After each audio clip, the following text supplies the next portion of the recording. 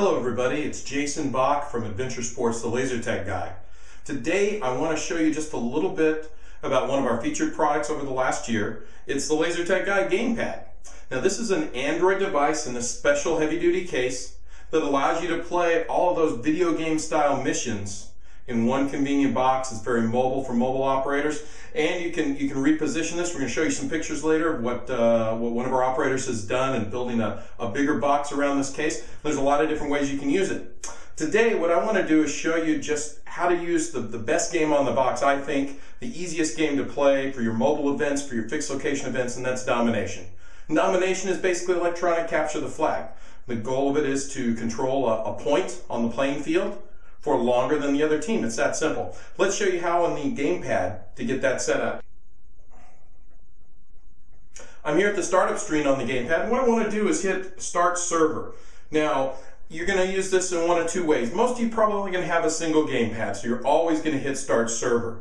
If you do get multiple gamepads, you can link them together. We'll cover that in another video and in the manual for the device, but you can link them together, in which case only one of them is going to start the server, and then the rest of the gamepads are going to join that server, obviously. We're here on the main menu now, so what we want to do is hit Select Game. And the game we're going to play today, like I said, is Domination. Now, you're looking on the screen. I'm using a PC version to capture the action. So there's a mouse on it. Obviously, you don't have a mouse on your Kindle, so what you're going to be using instead of the mouse is your finger on the touch screen. Here is the setup screen for Domination. And what I've got it set up for today is we're going to do 50 points. It's just a little, very short game. There's a start delay of 25 seconds.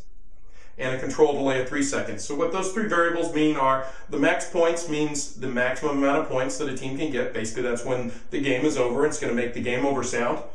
A start delay is something that I found is very useful, especially in mobile events where we're playing on a small field. With a start delay, nobody can control the box for that amount of time. So for that 25 seconds, nobody's going to be able to take control of this gamepad.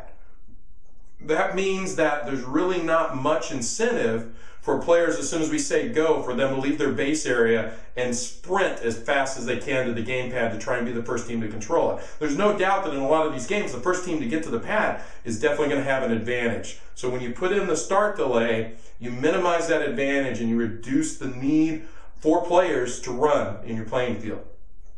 Control delay is just how long you have to hold down the button before it switches to your team. I've experimented with different times, and I think 3 seconds is about right for most games. But you may want to increase that a little bit to make the game a little bit tougher, or even decrease it, make it a little bit easier to switch over.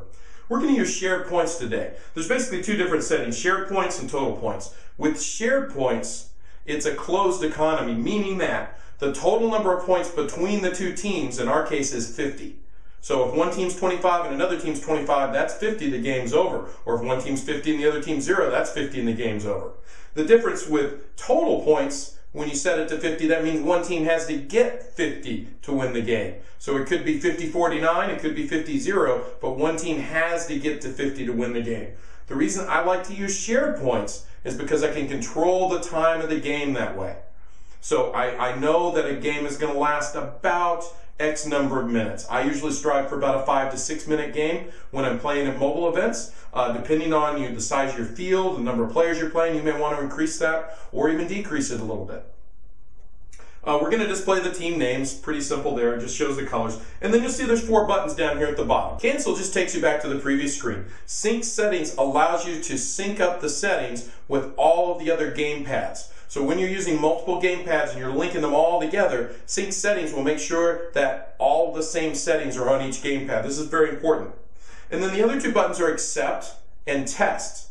Now, Accept puts you into actual game mode. It's going to play an actual game, and it's going to take however long it takes to go ahead and, finish out the game. We intentionally made it so that it's relatively tough to get out of the program, because you don't want your players on the field going, uh-oh, we're losing. I'm going to reset the gamepad so that we're not losing. Okay? So test we put in so that you can demo a gamepad to the players. They get an idea what's going on, but unlike with the regular game mode, there's a little button up in the upper, usually left-hand corner, that says End Test. So you can always cancel out of it and get back to this menu and start the real game. And that way, if you're playing a 10-minute game, you don't have to wait for the gamepad to go through 10 whole minutes before you can reset it and actually start the game. So I'm going to go ahead and hit test. And you'll see that it goes to a screen that says, hey, press screen to begin game. Great. This is ready to go now, so I'm going to touch the screen. And what we get now is a countdown on the screen. This is the start delay. So nobody can control the gamepad during this 25 seconds. It's going to count down to 0, and then we're going to change the screen a little bit. And again, I really like to use the start delay because it helps reduce the running in the game. So we're getting down here to 0 now, and you're going to see that we got a new game screen here. Now we've got the 2 game buttons. Now notice that the background is still gray. That means that neither team controls the box right now.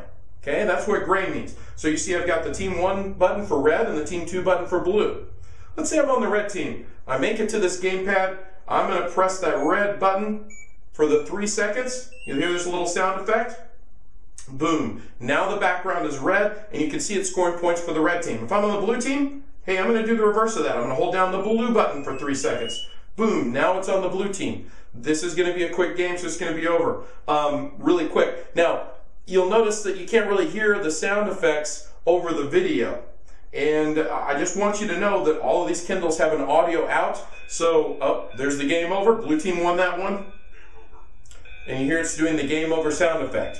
Now, if you want to jazz this up, make it a little bit louder, there are a couple of things you can do. It's got, I'm going to show you here back on the gamepad itself.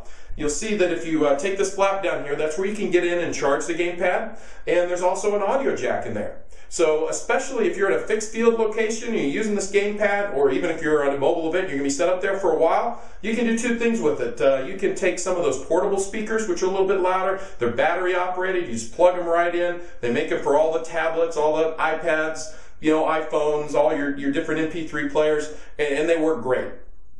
The other thing you can do is you can actually link this into your sound system overall, so you can play this throughout your entire arena. So you can really make a big sound with it and let people know what's going on. So that's Domination on the Laser Tag Guide gamepad. Look for soon in the upcoming weeks. We're going to show you some of the other games on here and some of the other things this pad can do. Once again, I'm Jason Bach with Adventure Sports. Thanks for listening to me.